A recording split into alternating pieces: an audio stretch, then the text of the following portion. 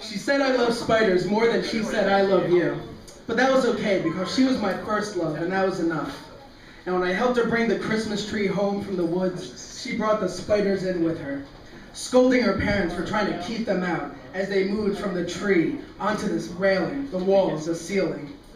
I suppose they're safer than I am, shielding you with their webbing, appreciating your beauty with 1,000 lusting eyes, suffocating you from the rest of the world, and from me with 8 million caresses.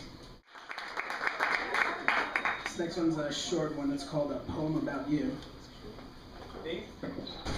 Not you, you. Must have misheard you. Not you. You asked me to write a poem about you, but I couldn't because we were talking about me writing a poem about you. 10 years and 2 phone numbers later, the page is empty and the pen is still. As I sit here thinking about you, wondering if you're still waiting for me to write a poem about you. I like this one. This one, the ending is kind of inspired by William Carlos Williams, who wrote a brilliant poem about a wheelbarrow. It's called So Much Depends Upon. I brush my teeth with cement toothpaste on a bristleless toothbrush. I scrape, spit the blood out, look at myself in disgust in the mirror, spackled with spit so old it reminds me of how much inactivity I'm capable of. From the corner office, we see an accident on 18th and Cross Street, where an old man in a gray sweat jacket is professionally redirecting traffic. We can't hear emergency vehicles for miles, as the traffic depends upon a gray old man, glazed with rainwater, besides the white wreckage.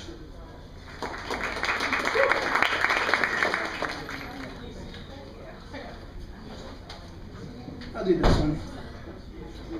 Got another girl. It's called I Never Thanked You for Holding Me Last Night. I know, sweet. You started talking about one thing, the rent that was due, and your roommate who once again couldn't pay their share because, hey man, I covered you at last week's Battle of the Bands, remember? You then realized that you would have to tell your father about the rent, which he would yell at you for hours about responsibility, about standing up for yourself, about not letting people take advantage of you, even though sometimes the only way to really know that is to take those chances. The night ended with you crying about how all this reminds you that your mom isn't there anymore, and that you really are all alone. I held on to you, kissing you intermittently between tears to let you know that it would all be okay, without actually saying it will all be okay, because no one wants to hear that when it just isn't okay.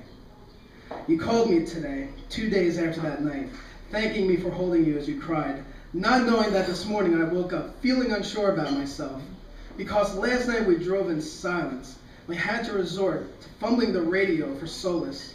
I started to wonder if I was treating you right, or treating any relationship with any person right, or if I'm leading the life I'm supposed to lead and not just mucking through dead air, waiting in despair and desperation until your phone call, thanking me and letting me know that I got something right.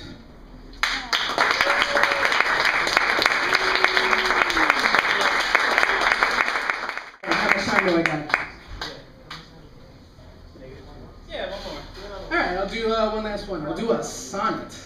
I don't know if you guys tried writing sonnets. It is hard as balls. And you can't write a love sonnet or else it sounds too sucky. It really, I get excited over sonnets. Alright, so instead of writing about love, I wrote about stars.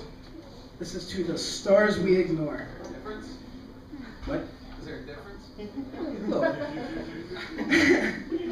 This is my apology to all those ignored stars burning infinite at night, to all the ones who don't burn quite as bright as Polaris or Orion's belt, whose fires often hide behind smokestack fumes, smoggy haze, or skyscraping city lights. And even when gazing into clear skies, I usually mistake Venus's soft hues and give her undue credit for your glow.